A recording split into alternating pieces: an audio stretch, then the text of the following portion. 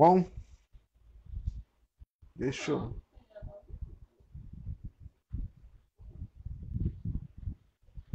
Nós iremos começar daqui a pouquinho a nossa live, né? Vou ver se o pessoal começa a chegar aí, né? Para a gente começar a nossa live, né? Hoje, gente, em especial, eu vou falar um pouco sobre essa ideia, né? As dificuldades. Alguns estudantes me pediram para fazer uma live, né? Como eu sempre digo, uma live ao vivo, né? Essa live, lógico, live é ao vivo. Então tem todos os problemas que toda live tem, né? Dos improvisos, né? Das dimensões que são improvisadas, porque na realidade eu penso e faço isso, não tenho uma programação muito estabelecida sobre isso, né? Mas eu penso e vou falando sobre alguns temas que alguns alunos, alguns estudantes me solicitam, né? Então, boa noite, o pessoal que está chegando aí, me vendo ao vivo, começando a me assistir. Olá, gente, boa noite a todos vocês. Então, a ideia é justamente essa. Nós hoje começaremos a falar um pouco sobre as dimensões, como a gente organizar, né, o nosso pensamento. Como é que a gente dá algumas dicas de como é que a gente pode organizar alguns elementos do projeto de pesquisa, do projeto de TCC, elaborar um artigo, um trabalho acadêmico, um projeto para mestrado, um projeto para doutorado, né? E o projeto para TCC e elaborar o texto. E eu vou falar hoje um pouco sobre uma das partes que é mais importantes, né? Então, me curtam aí, me curtam no Instagram, me sigam aí, não se esqueçam de dar o like, né? Então, eu vou falar um pouco hoje sobre essas questões. Como é que eu redijo, como é que eu escrevo, que é uma das partes mais difíceis da escrita acadêmica. A gente vem de um sistema de ensino que a gente não aprende nem a ler, nem a escrever. Né? O que a gente aprende na realidade é decodificar ou transformar letras em sons, né? E tentar dar algum tipo de sentido. Então,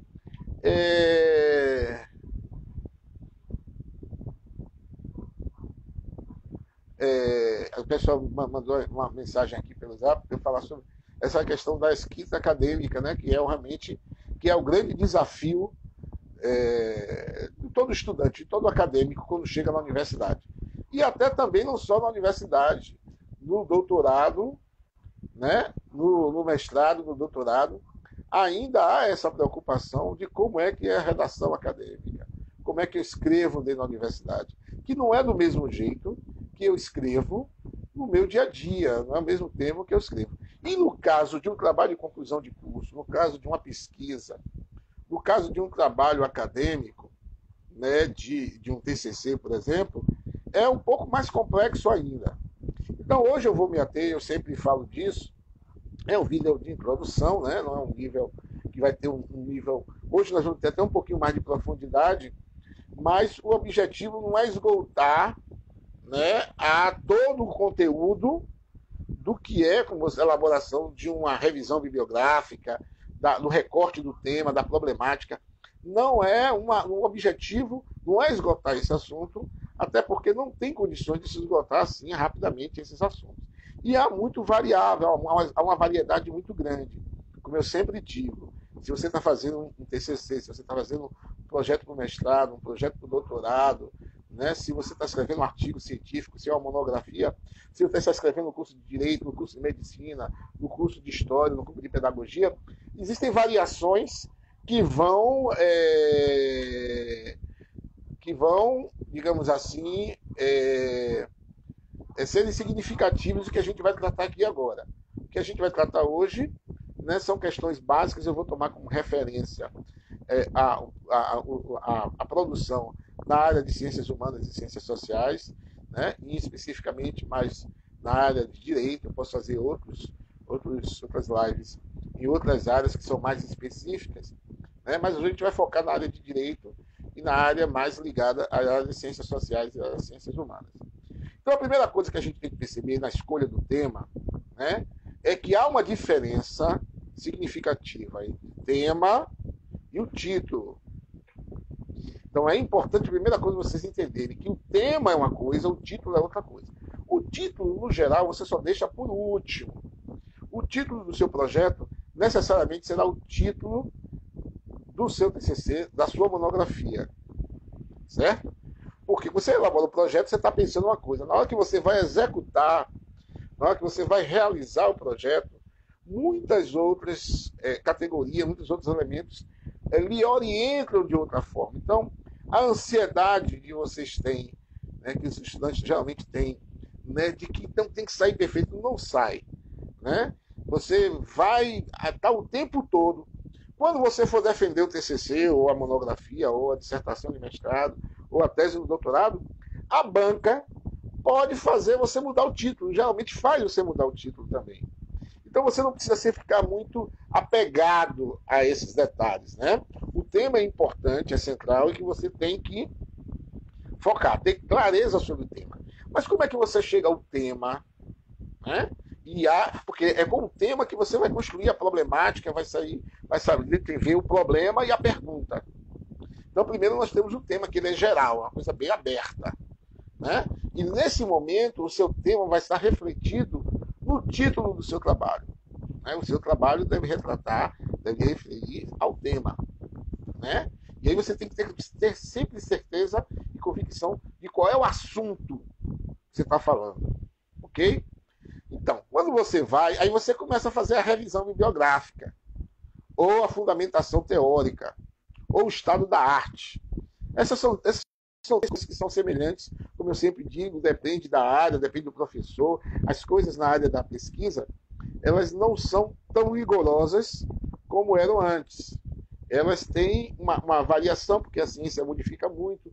Você tem, às vezes, uma preferência de um professor, outro professor tem outra preferência, né? Uma área tem uma preferência, outro tem outra. Às vezes, numa banca, você tem o professor tendo a preferência por uma forma de abordar e outro professor tendo a preferência por outra forma de abordar. Então, você também não deve ficar pensando e preocupado, estressado com relação a isso. O TCC, o trabalho científico, é tranquilo, é tranquilidade. Quando você começa com anteriormente, você não tem problema. E é um exercício intelectual.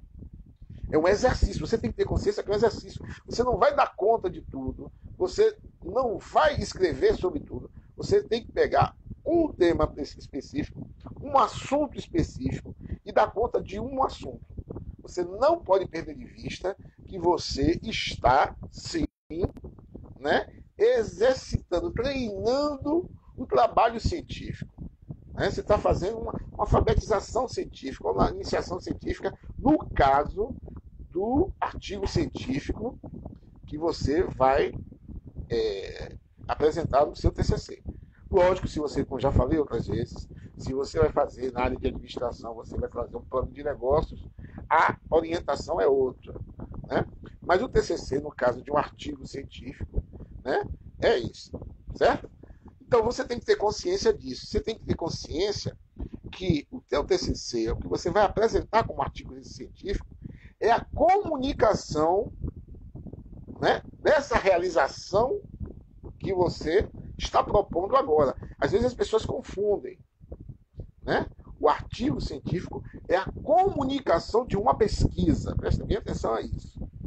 Uma pesquisa que teve um projeto anterior, certo? E que tem que ser sistematizado. Então, a revisão bibliográfica, o que é que você pode fazer para pegar essa revisão bibliográfica?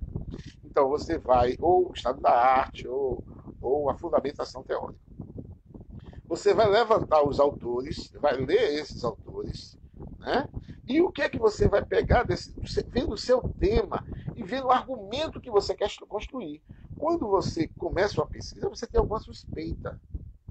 Um tema de uma pesquisa não pode ser apenas o resultado de um interesse seu. Né? Você tem que pensar que o tema de uma pesquisa tem que ser o que é que se interessa à ciência, o que é que se interessa ao campo jurídico, ao campo científico. E você, para você entender isso também, você vai ter que ler sobre o que os autores falam sobre esse tema. Né? O que é que o autor X diz, o que é que o autor Y fala, o que o autor A fala, o que é que o B fala. Daí é que vai surgir a problemática.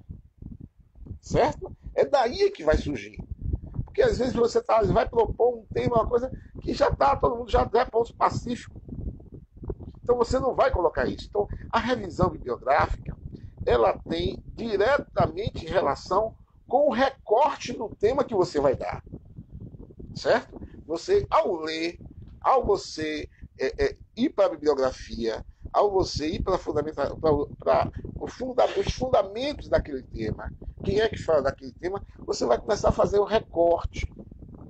Né? Por exemplo, você começa um tema, ele é abrangente, mas você começa a perceber que os autores em uma abordagem, se concentram em um aspecto. E aí você vai fazendo o recorte. Às vezes o que lhe toca na revisão bibliográfica que você está fazendo é um aspecto. Agora, não dá para você fazer o recorte se você não, digamos assim, se você não vai ler, se você não revisa, né? Se você, e exaustivamente. Então, o que você vai pegar? Você vai para a internet. Hoje é muito fácil fazer isso. Né?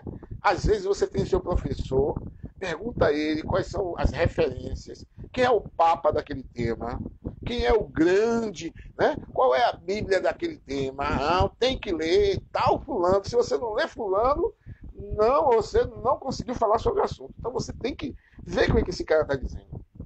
Ver a trajetória desse tema. Né? Por quê? Porque isso vai fazer a sua mente fervilhar e você recortar o tema. Você encontrar qual é o foco do tema. Por quê? Porque você não vai partir do zero.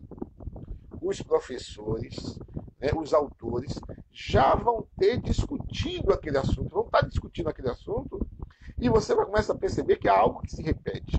Há algo que é um problema naquele campo, naquele tema. Né? E você vai perseguir isso. Por quê? Porque o ideal é você trazer para a sua reflexão o resultado do que o campo científico, que a área de conhecimento que você está estudando, discute. Porque senão você fica com um texto muito primário, muito infantil, dizendo coisas que todo mundo já disse, sem aprofundamento, sem articulação das ideias. A revisão bibliográfica, a fundamentação teórica, né, esse estado da arte, serve para você amadurecer sobre o tema. Lógico, se você está fazendo um trabalho para o mestrado, esse aprofundamento é maior. No TCC, você vai pegar 3 autores, 4 autores, já está de bom tamanho, se você se aprofunda sobre isso. Né? Esses 4 autores não são únicos. Esses são os autores que vão sustentar o seu argumento, vão sustentar a sua linha argumentativa. Né?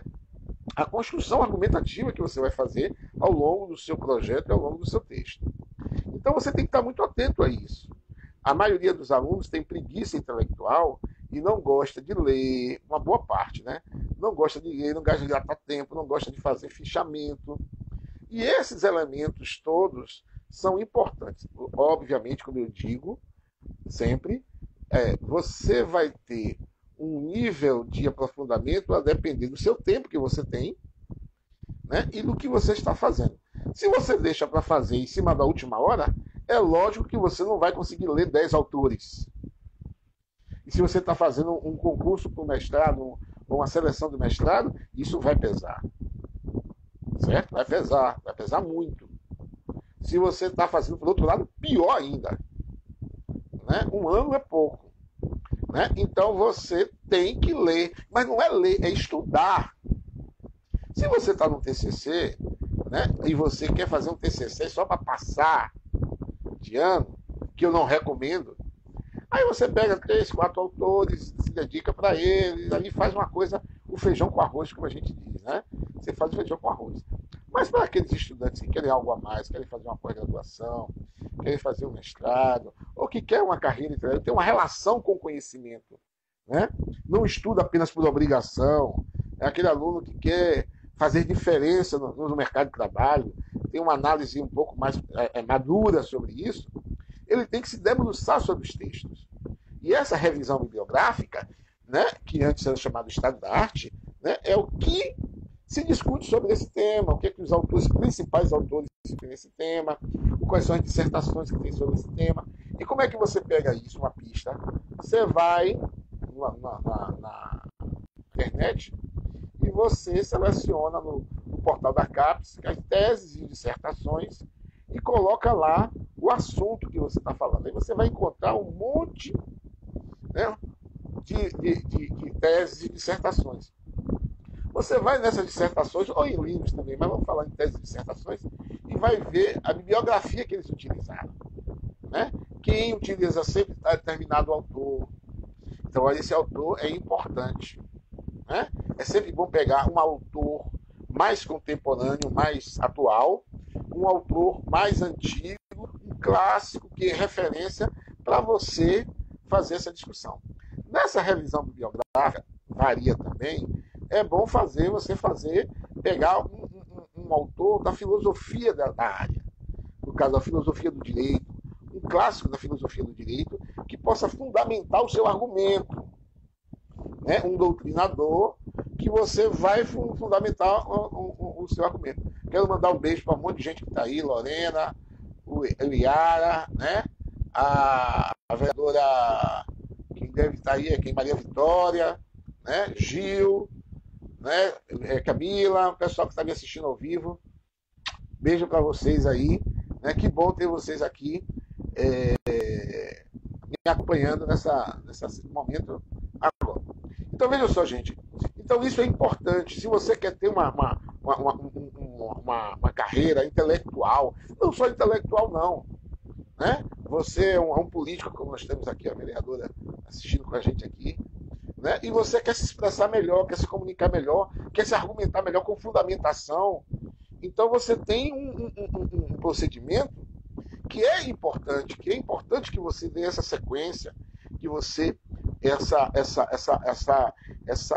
sistematização do conhecimento. Então você vai ver a revisão bibliográfica, estudar, debruçar sobre esses autores. Às vezes você vai ler resenhas sobre eles que tem na internet, resumos de trabalhos, né? E aí, na hora da escrita, né, isso aí você lê um bocado de coisa. Na hora de escrever, didaticamente, é melhor você fazer um resumo e uma resenha, né, de cada autor. Você pode fazer também um fichamento. Tudo isso depende do tempo que você tiver. Eu recomendo que você faça. Você pegue o autor, o livro principal desse autor e do tema que você está colocando, faz um fichamento, certo? Ou do capítulo, ou do livro, né? E isso vai me ajudando a pensar. Meus alunos, meus estudantes sabem que a primeira coisa que eu digo no começo do semestre é que o professor e o livro, a internet, me ajudam a pensar. Eles não pensam por mim. Então você vai fazer esse fichamento, fazer esse resumo, fazer essa resenha e ir dialogando a sua construção da sua fundamentação bibliográfica. É isto. Agora você não vai simplesmente repetir o que o autor está dizendo. Você vai seguir um argumento dentro daquele argumento que você vai construir. Você já vai induzindo o autor. Por quê? Porque muitas das vezes um determinado autor tem 20 livros. Você pega, por exemplo, Freud.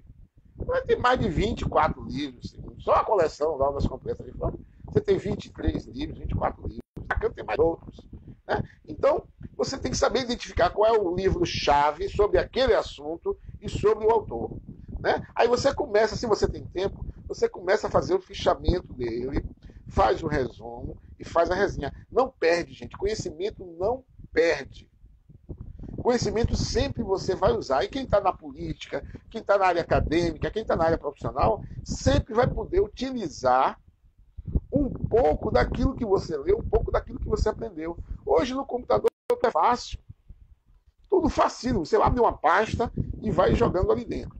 Então, nessa revisão bibliográfica, que, como eu estou dizendo, né? Se você é um TCC, você não é não chega a ser uma revisão, né? É apenas um levantamentozinho, mas se você está fazendo um mestrado, eu sei que aqui tem alunos, há pessoas que estão nos assistindo aqui, que está concorrendo ao mestrado na UFBA, né? Então, o que é que eu recomendo, né? Gente que está nos assistindo aí, né? Você vai ter que aprofundar. A revisão é uma coisa maior, né? A revisão biográfica, o fichamento é uma coisa que você começa antes, vai anotando, vendo os livros. É um fichamento, uma revisão e um resumo, uma resenha mais profundo de quem vai fazer o TCC. Então, feita essa revisão, aí você vai pegar e vai escrever dentro da linha argumentativa que você vai. Se você vai defender, por exemplo, você defende maioridade penal, certo? Então você vai pegar os autores que defendem maioridade penal com você, né? E vai pegar também um que não defenda, que seja contra, para você mostrar a imparcialidade, né? Então você deve trazer, né, uma quantidade de autores contrários e favoráveis, e você vai dizer com o qual você se identifica e qual é a linha que você vai colocar. Então, lógico que o que é contrário à sua linha argumentativa, você vai citar, mas não vai desenvolver. Mas o autor que você gosta, que vai da mesma linha argumentativa que você, né, você vai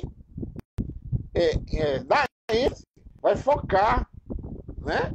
Você vai direcionar o seu trabalho e o seu texto para poder desenvolver mais esse texto, né? Construindo elementos, né? Construindo elementos que vão falar, professor Nery, professor Jorge Nery. Beijo, professor. Que bom estar aqui com a gente também. Tem Stephanie, Rafael, Camila, todo mundo que está aqui nos assistindo. Muito obrigado pela participação de vocês aqui com a gente. Muito bom e muito feliz de ter vocês aqui nos acompanhando. Então, vejam só. Então, nessa revisão, se você está fazendo para um mestrado ou para um doutorado, obviamente que a profundidade, né, será maior. Você começa antes, você sistematiza, você coloca e faz. Então, automaticamente, a problemática vai surgindo. A sua questão, porque é uma coisa que vai surgindo, a questão, o problema vai surgindo, a problemática vai surgindo, porque na medida que você vai discutindo, o recorte vai sendo feito, você vai, como digamos assim, limpando. Uma revisão bibliográfica, uma escrita, gente, você escreve 1, 2, 3, 4 vezes, né? A mesma coisa, você lê várias vezes. É preciso você estar. A escrita na revisão bibliográfica, você tem que estar centrado no que é o tópico frasal do parágrafo, né? Qual é a ideia central do autor. Às vezes a pessoa não sabe resumir. Pega algo que não é significativo para o autor. Você tem que pegar os conceitos, as categorias-chave, que é o outro elemento, né, que está na revisão bibliográfica. Então, se você vai trabalhar com um determinado conceito, com determinada categoria, né, você tem que sinalizar isso na fundamentação. Isso é o fundamento teórico. Qual é o conceito de maioridade penal que você está trabalhando? Qual é o conceito de cultura que você está trabalhando? Né? Qual é o conceito de civilização? Qual é o conceito de pena, né? Da teoria da pena que você está trabalhando? Que autor você está abordando? Então, tudo isso faz parte de uma boa escrita acadêmica, né? De um bom artigo, de um projeto para o mestrado, de um projeto para o doutorado. E isso vai variar o quanto você vai caprichar na escrita desse material. Então, quando feita essa revisão, o tema vai sendo recortado. Sempre lembre que é um funil. Começa aberta e vai fechando, fechando, fechando, até a pergunta que vai colocar. Então, feita essa revisão, você começa, o problema surge, né? O foco, o seu objeto de pesquisa, o seu recorte do seu problema, ele vai colocando. E é importante o recorte. Muita gente erra no recorte, porque quer falar de muita coisa. Não dá. Esqueçam querer falar de muita coisa. É preciso você identificar qual é a palavra central, qual é o recorte que você está fazendo, qual é a abordagem que você está fazendo, discutir determinado tema. Porque senão fica muito maduro. Eu leio muitas dissertações e teses, eu vejo muita imaturidade ainda na escrita. A minha também é, né? Não sou melhor do que ninguém. Eu só tenho um pouquinho mais tempo, né? De conclusão do doutorado. Mas a gente cansa de ver isso, recém-doutores, né? Eu mesmo, eu fui começar a aprender, melhorar minha escrita acadêmica depois do doutorado, depois de 2013. Né? Até 2013, quando eu peguei a minha tese, aí que eu fui começar a melhorar a escrita acadêmica. Porque é um caminho longo, a gente não é preparado na educação básica, né? E vocês não têm que ter vergonha disso.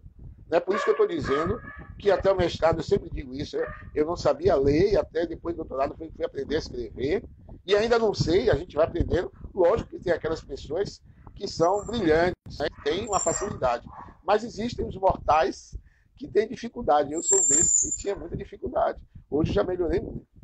Então, você vai, né, escrevendo, você vai colocando e vai, né, ali, ó, tá gastando tempo nisso.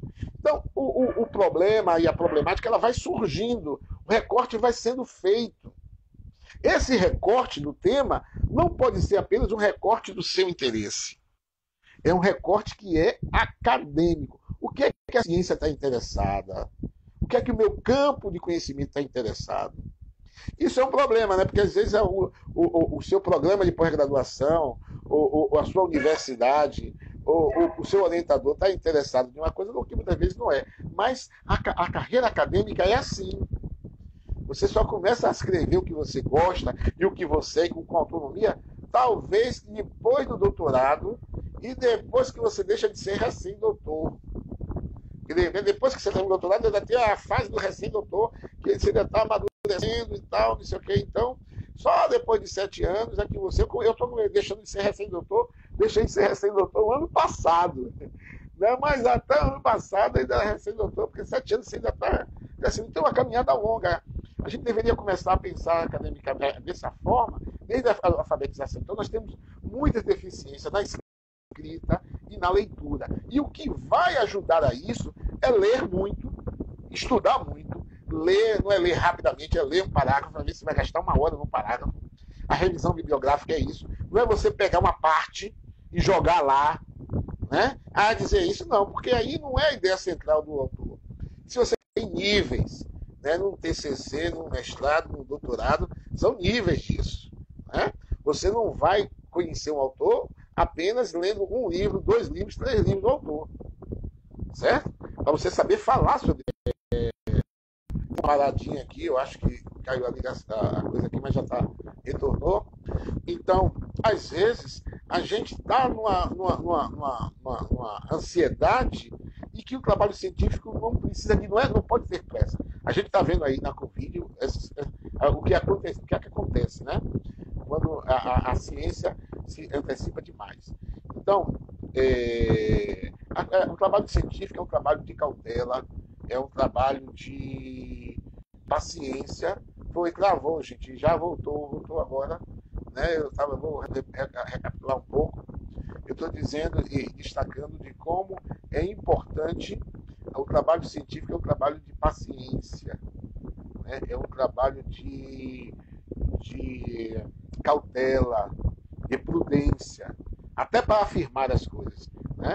Então, por isso que você tem que começar com antecedência, escolhendo quais são os livros. Você vai ver 10, mas vai escolher 5. E esses 5 você vai se aprofundar. Né? Vai conhecer a vida do autor, conhecer a abordagem, para que você faça um trabalho maduro. E aí, nisso aí, você vai recortando o tema vai sendo recortado na medida que você vai lendo, você vai se identificando com o texto, se identificando com o tema, se apropriando dos conceitos chaves. Não adianta ficar, você tem que saber qual é o conceito-chave desse meu tema, qual é a categoria-chave, qual é a palavra-chave, eu tenho que dominar essa palavra. Né? Eu tenho que, algumas vezes, eu tenho que entender essa palavra, já que ela vai ser uma palavra-chave no que eu vou escrever, no que eu vou desenvolver e no argumento que eu vou construir. Então aí o tema já vai surgindo, né? E o recorte vai sendo feito. O recorte é a delimitação do tema. Você vai delimitando o tema, né, na medida que você vai lendo, na medida que você vai amadurecendo, né, vai ser amadurecendo o que os autores estão falando.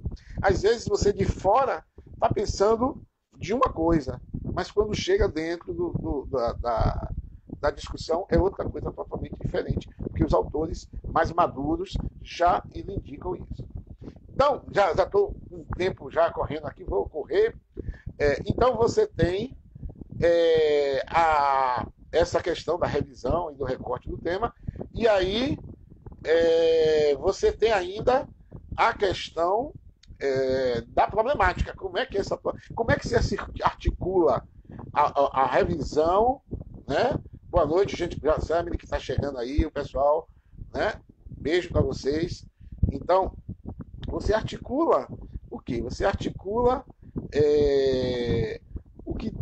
o que você está lendo, né? E vai problematizando, você vai dizendo, e vai olhando para a realidade. Às vezes você vai vendo a teoria e vai olhando para um fenômeno social, para um objeto, você vai vendo isso na prática.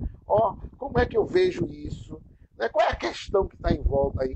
Ela vai aparecendo. Se você prestar atenção na leitura, se você prestar atenção na escrita, ela vai surgindo, ela vai se delineando e vai aparecendo. As palavras vão se repetindo, você vai ficando amarrado, o laço vai se estabelecendo.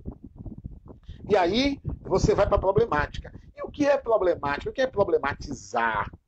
Como é que eu problematizo? Né? Nessa problemática é essa que você já leu, já fez a revisão bibliográfica, já delimitou o tema, já fez o recorte, né? Já identificou qual é o foco, qual é o objeto, qual é o centro do seu tema. E isso vai mudando. Você escreveu alguma coisa, você foi lendo, você vai mudando. E não é mudando, você vai aperfeiçoando. Você não muda de tema, você vai afunilando, né, a sua abordagem. E aí você vai afunilando, vai chegando a um tema, vai chamando a recorte, vai chegando a visualização do que é o núcleo da sua discussão. E aí esse núcleo da sua discussão vai surgindo o quê? Qual é as questões que envolvem o seu tema? A problemática são questões, perguntas mesmo. Às vezes você levanta as questões, perguntas sobre aquele assunto. Você pode fazer isso na problemática. Lógico que você depois vai escolher uma. Né? Você vai levantar questões. E isso, será que, no caso, a gente escolheu aqui a redução da maioridade penal. Será que a redução da maioridade penal é isso? Será o tema mais contemporâneo, né? A CPI, né? Será que a CPI é isso? Então, você vai fazendo questionamentos, questões, indagando, interrogações, provocações, e aí você é livre para fazer isso na problemática, você é livre para fazer isso, especular e dialogar com o autor. Será que fulano, ao dizer isso, realmente é o ponto central? Né? Será que ele não esqueceu de tal coisa? Será que o autor, a trabalhar questões de gênero, eu fiz outro vídeo hoje, eu vou estar publicando agora aí, eu quero que vocês curtam também, me sigam no Instagram, né, comentem, curtam aí, sobre raça, gênero e poder. Né? E nesse vídeo eu coloco que os autores, né, fazem uma abordagem que eu discordo. Não é que eu discorde, que eu quero complementar, suplementar.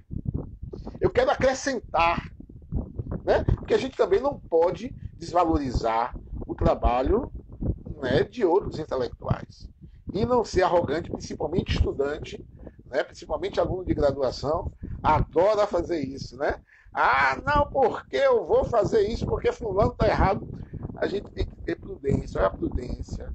Né? E você não escreve dizendo assim na problemática. Fulano está errado, eu vou resolver o problema, eu vou complementar. Não, você vai acrescentar alguma coisa, você espera contribuir. A gente é muito tímido nas nossas sugestões. Né?